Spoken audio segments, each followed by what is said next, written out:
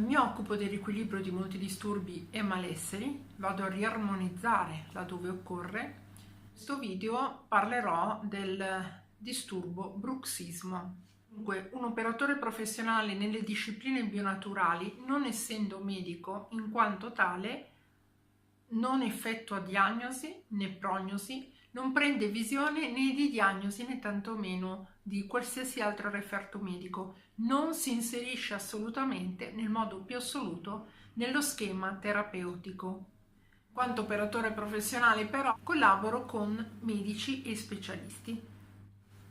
Dunque per 10 anni ho sviluppato una grande esperienza nel caso bruxismo.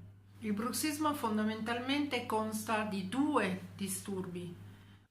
Uno è il serramento dei denti, uno è il serramento dei denti, proprio il serrare di mascella e mandibola, serrare in modo molto forte.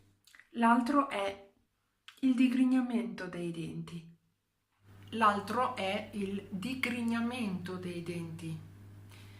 Significa proprio lo sfregare dei denti, produce a volte veramente quel rumore così fastidioso. Come lo potrei descrivere? Come uno stridere, come se sentisse una specie di stridio. Sono i denti che si sfregano l'uno contro l'altro, i denti dell'arcata superiore che si sfregano con quelli dell'arcata inferiore. Hanno proprio questo movimento, ok?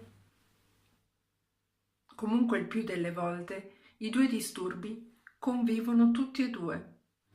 Con premessa che, come vi ho detto, non sono medico, quindi quando ritenete di soffrire di questo disturbo, che sia il bruxismo, avete notato in particolare uno dei due disturbi, quindi lo sfregamento o il serramento dei denti, più digrigni i denti oppure più serri i denti.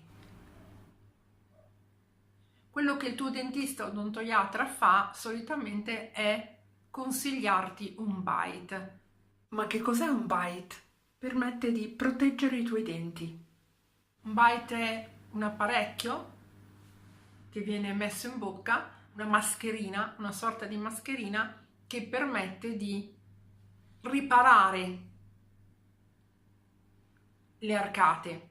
Poi questo te lo spiega molto meglio il tuo dentista, ripeto, perché io non sono medico né dentista, ma te lo spiega lui. Come posso fare nel modo più assoluto è aiutarti a riequilibrare e riarmonizzare. La parola d'ordine è sciogliere, sciogliere, sciogliere.